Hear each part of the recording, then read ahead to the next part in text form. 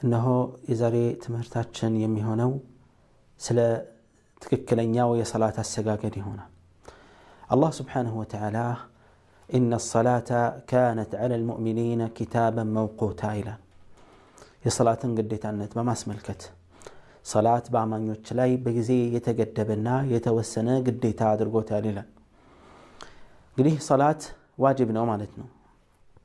የሰላትን ትልቅነት ከሚያሳዩት ነገሮች መካከል አላህ ግዴታ አድርጎ በዚህ አይነት መልኩ ማምጣቱ እንዲሁም በነብዩ ሰለላሁ ዐለይሂ ወሰለም ላይ የተለያዩ መመሪያዎች ሲወርዱ በመድር ላይ ሲሆን ሰላትን ግን የሰላትን መመሪያ ወሰዱት ሰማይ ሄደው ነበር ረሱል ዐለይሂ ሰላቱ ወሰለም ለይለቱል ኢስራ ወልሚዕራጅ ነበር። ይህ የሰላትን ከባድነት ያሳያል። የሰላት ጉዳይ ማሳሳቢ ስለሆነ ወሳኝም ስለሆነ ከተውሂድ በኋላ ነብዩ ዐለይሂ ሰላቱ ወሰለም በንግግራቸውም በተግባራቸውም አስተምረዋል። በተግባራቸውም አሳይተው ምን ብለዋል? ሰሉ ከማ ረአይቱሙኒ እሰሊ፣ ስሰግድ እንዳያችሁት ስገዱ አሉ ረሱል ሰለላሁ ዐለይሂ ወሰለም። የትኛውም ዒባዳ ተቀባይነት የሚኖረው ሁለት አብይ መሰረታዊ መስፈርቶችን ሲያሟላ ነው። አንደኛ ለአላህ ተብሎ ሲሰራ፣ ሁለተኛ የነብዩን ሰለላሁ ዐለይሂ ወሰለም ፈለግ የተከተለ ሲሆን ነው። በዚህ ትምህርታችንም ኢንሻአላህ በአጭር ማብራሪያ መልኩ የነብዩን ሰለላሁ ዐለይሂ ወሰለም አሰጋገድ ከተክቢራ እስከ ሰላቱ መሰናበቻ ተስሊማ ድረስ ያለውን እናያለን። ወደ ሰላት ከመምጣታችን በፊት ቅድመ መስፈርቶች አሉ ከሰላት በፊት መሟላት የሚገባቸው። ሁሉንም ባይሆን የተወሰኑትን ብቻ እንመልከት። ከዛ መካከል አንዱ ሙሉ ጣሃራ ማድረግ ነው።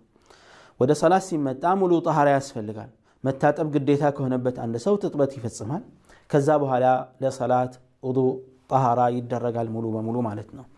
ይህን ካሟላ በኋላ አንድ ሰው ወደ ሰላት በሚመጣበት ጊዜ ሌላው የሚያስፈልገው ጉዳይ ምንድነው? ከሰላት በፊት ከሰላትም ጋር ተያይዞ የሚቀጥል የአለባበስ ጉዳይ ነው። የአለባበስን ጉዳይ በተመለከተ ሸሪዓው ያስቀመጠው መለኪያ አለ ለወንዱም ለሴቱም። ወንዱም በተመለከተ ከእምብርት እስከ ጉልበት ሐፍረተ ገላው ሲሆን ይሄ መሸፈን አለበት። እንደዚሁም ደግሞ ትከሻንም ይጨምራል። ነብዩ ሰለላሁ ዐለይሂ ወሰለም ማንም ሰው ሰላት በሚሰግድ ጊዜ ትከሻው ላይ ምንም ነገር ሳይኖር መስገድ የለበትም ብለዋልና፣ ስለዚህ የወንድ ሰላት ውስጥ መሸፈን የሚጠበቅበት የሰውነት ክፍል ከትከሻ ጀምሮ እስከ ጉልበቱ ድረስ ያለው ቢያንስ መሸፈን መቻል አለበት። ሚለብሰው ካጣ ግን ከእምብርት እስከ ጉልበት ያለውን መሸፈን የግድ ይኖርበታል። ነብዩ ዐለይሂ ሰላቱ ወሰላም በሁለት ልብስ ልበሱ ስገዱ ነው ያሉት። ካልቻለ ግን በአንዱ ልብስ በደንብ ተጠቅልሎ ይሰግዳል።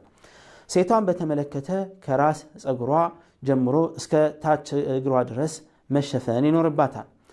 ባዕድ ወንድ እስከሌለ ጊዜ ድረስ በሰላት ላይ ፊቷን መሸፈን የለባትም። የሁለቱም የእጆቿ መዳፍና እግሯም እንደዚሁ እግሯንም አትሸፍንም። ነገር ግን ወንዶች ካሉ እነዚህን ባዕድ ወንዶች ካሉ ግን መሸፈን ይኖርባታል። ይህ እንግዲህ ሰላት ውስጥ የሚያስፈልገው ነገር ነው። ሰላት በምንሰግድ ጊዜ አለባበሳችን ምን መሆን ያለበት? የወንዱ በተለይ ስስ መሆን የለበትም። በጣም ስስ ከመሆኑም ጋር ሰውነቱ ላይ ሙሉ በሙሉ ልጥፍጥፍ ብሎ ሙሉ የሰውነቱን ቅርጽ ማሳየት የለበትም። ፎቶ ያለው ወይም ምስል ያለውን ልብስ ለብሶ መስገድ አይገባውም። እሱንም ይሁን ሌሎችን ሰጋጆች ስለሚረብሽ። ከዛ በኋላ ቀጣዩ የሚሆነው ምንድነው? ወደ ሰላት በምንገባበት ጊዜ ንያ ነው። የንያ ጉዳይ ልብ እንጂ በምላስ አይደለም የሚነየተው። የምንሰግደው የሰላት አይነት ዙሁር ይሁን ዓስር ይሁን የመሳሰሉት በምላስ አውጥተን አንናገርም፣ ዑለማዎቹ እንዳሉት ማለት ነው፣ ሙሐቂቆቹ። ምክንያቱም ንያ ልብ ነው። ማንኛውም ዒባዳ በንያ ላይ የተመሰረተ ነው። ተቀባይነት የሚኖረውም አንዱ እንቅስቃሴ ከሌላው እንቅስቃሴ፣ አንዱ ያሰጋገድ መንገድ ከሌላው የሚለይበት ከተግባሩ ባሻገር ንያ ነው። ንያ እስልምና ውስጥ ትልቅ ቦታ አለው። የንያ ቦታው መነየት ማለት ማሰብ መወሰን ማለት ነው። ማሰብና መወሰኛ ቦታ ልብ እንጂ ምላስ እንዳልሆነ የታወቀ ነው። ሐጅ ላይ ያለው ንያ ራሱን የቻለ ነው። ለማንኛውም ነወይቱ አን ኡሰሊ الظهر 4 ረክዓት مثلا 4 ረክዓን ዙህር ልሰግድ ኢማም ሆኜ ተከታይ ሆኜ ብቻዬን ልሰግድ የሚለው በአንደበት አውጥቶ መናገር ሱና አይደለም፣ ይልቁንስ ፈጠራ ነው። ምክንያቱም ነብዩም ሰለላሁ ዐለይሂ ወሰለም ይሁን ሱሐባዎቻቸው ይህን አላደረጉምና። ቀጥሎ ወደ ቂብላ መዞር ነው። ቂብላ መዞር ስንል ካዕባ ነው።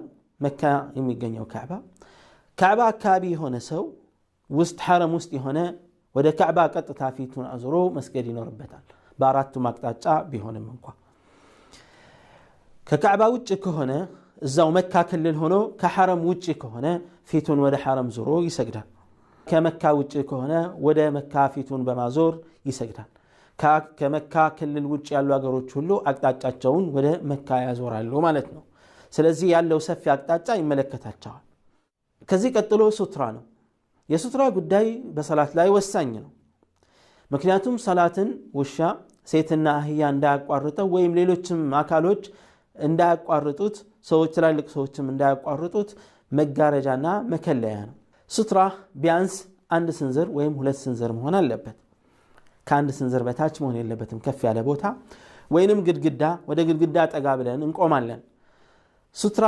ወሳኝነት አለው አቋቋማችንም ወደሱ ጠጋ ብለን ነው የሚሆነው ሰላትን ሊያቋርጥ የመጣን ሰው መከላከል አለብን ሰላታችን እንዳይበላሽ